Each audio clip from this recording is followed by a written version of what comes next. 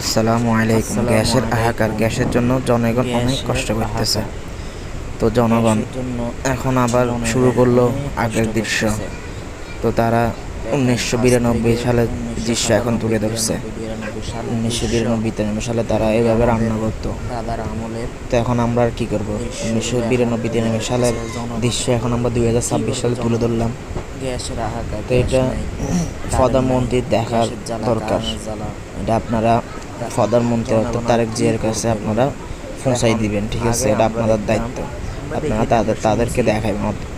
হয়তো সে দেখে নাই কেন দেখে নাই? সে তো রাজনীতি নিয়ে ব্যস্ত, সেগুলো দেখবে না। সে তার রান্নাঘরে যায় না, রান্নাও করে না, তাই সে কষ্ট বুঝবে না।